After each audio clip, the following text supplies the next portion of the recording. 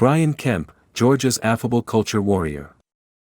The governor who defied Trump to reopen during COVID was also ahead of DeSantis in combating woke corporations. A week after I met Georgia's governor, he got some good press in the New York Times. Brian Kemp is a Republican, so naturally the compliment was left-handed. Columnist David Brooks lauded Mr. Kemp as part of the conservative managerial wing of the party, which consists of governors who are providing businesslike leadership in growing, prospering states. That's in contrast with populist Tweedledum and populist Tweedledee, Mr. Brooks' nicknames for Donald Trump and Florida Governor Ron DeSantis. They put culture war issues front and center with an ever-present anti-woke combativeness that drives Mr. Brooks to disdain. Mr. Kemp functions in this analysis only as a foil, the respectable Republican whose counterexample disqualifies Mr. Trump's leading prospective challenger for the 2024 presidential nomination. Like Mr. DeSantis, Mr. Kemp, 59, was elected narrowly in 2018 and re-elected handily in 2022. Anyone who has met both men can attest to their differences in personality and style. Mr. Kemp is affable and keeps a low profile. Mr. DeSantis is cerebral and seems to relish both the political limelight and a good battle of wits. But an hour-long conversation with Mr. Kemp makes clear that Mr. Brooks' comparison is unfair, although whether it's unfair to Mr. DeSantis or Mr. Kemp will depend on your partisan leanings. In Mr. Kemp's telling, his substantive differences with his southern neighbor are minimal. DeSantis has been a great governor, he says, but my point is, we've been right there the whole way. He's been ahead of us on some things and we've been ahead of him on some. Most notably, Mr. Kemp was ahead on reopening during the COVID-19 pandemic, and that put him and Mr. DeSantis on opposite sides of then-President Trump. In April 2020, businesses in Georgia were shuttered by government decree as in most of the rest of the country. Mr. Kemp was hearing from desperate entrepreneurs, "Look man, we're losing everything we've got. We can't keep doing this." And I really felt like there was a lot of people fixin' to revolt against the government. The Trump administration had that damn graph or matrix or whatever that you had to fit into to be able to do certain things, Mr. Kemp recalls. Your cases had to be going down and whatever. Well, we felt like we met the matrix, and so I decided to move forward and open up. He alerted Vice President Mike Pence, who headed the White House's coronavirus task force, before publicly announcing his intentions on April 20th.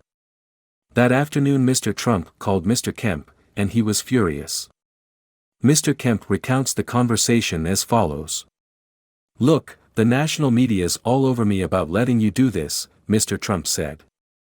"And they're saying you don't meet whatever." Mr. Kemp replied, "Well, Mr. President, we sent your team everything, and they knew what we were doing. You've been saying the whole pandemic you trust the governors because we're closest to the people. Just tell them you may not like what I'm doing, but you're trusting me because I'm the governor of Georgia and leave it at that. I'll take the heat."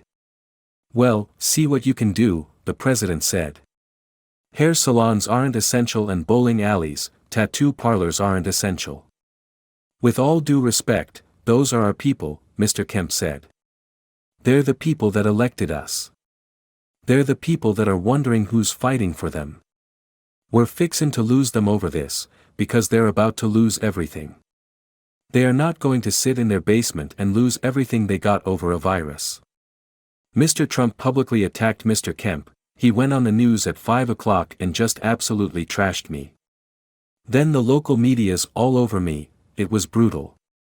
The president was still holding daily press briefings on COVID. "After running over me with the bus on Monday, he backed over me on Tuesday," Mr. Kemp says. "I could either back down and look weak and lose all respect with the legislators and get hammered in the media, or I could just say, you know what? Screw it, we're holding the line. We're going to do what's right." He chose the latter course.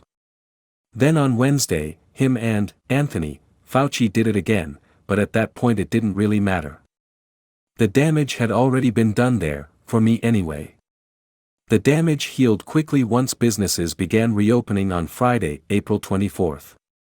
Mr. Kemp quotes a state lawmaker who said in a phone call, "I went and got my hair cut, and the lady that cuts my hair wanted me to tell you, and she started crying when she told me this story. She said, "You tell the governor I appreciate him reopening, to allow me to make a choice, because, if I'd have stayed closed, I had a 95% chance of losing everything I've ever worked for. But if I open, I only had a 5% chance of getting COVID. And so I decided to open, and the governor gave me that choice." At that point, Florida was still shut down. Mr. DeSantis issued his first reopening order on April 29, 9 days after Mr. Kemp's. On April 28, the Florida governor had visited the White House, where, as CNN reported, he made sure to compliment the president and his handling of the crisis, praise Trump returned in spades. 3 years later, hayraced the thanks Mr. DeSantis gets. This Wednesday Mr. Trump issued a statement excoriating Ron DeSanctimonious as a big lockdown governor on the China virus. As Mr. Trump now tells the tale, other Republican governors did much better than Ron and, because I allowed them this freedom, never closed their states. Remember, I left that decision up to the governors. Mr. Kemp was also ahead on the issue that vexes David Brooks, battling woke corporations.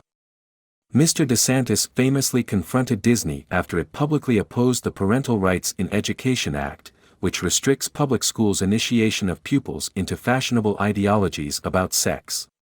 But that wasn't until 2022.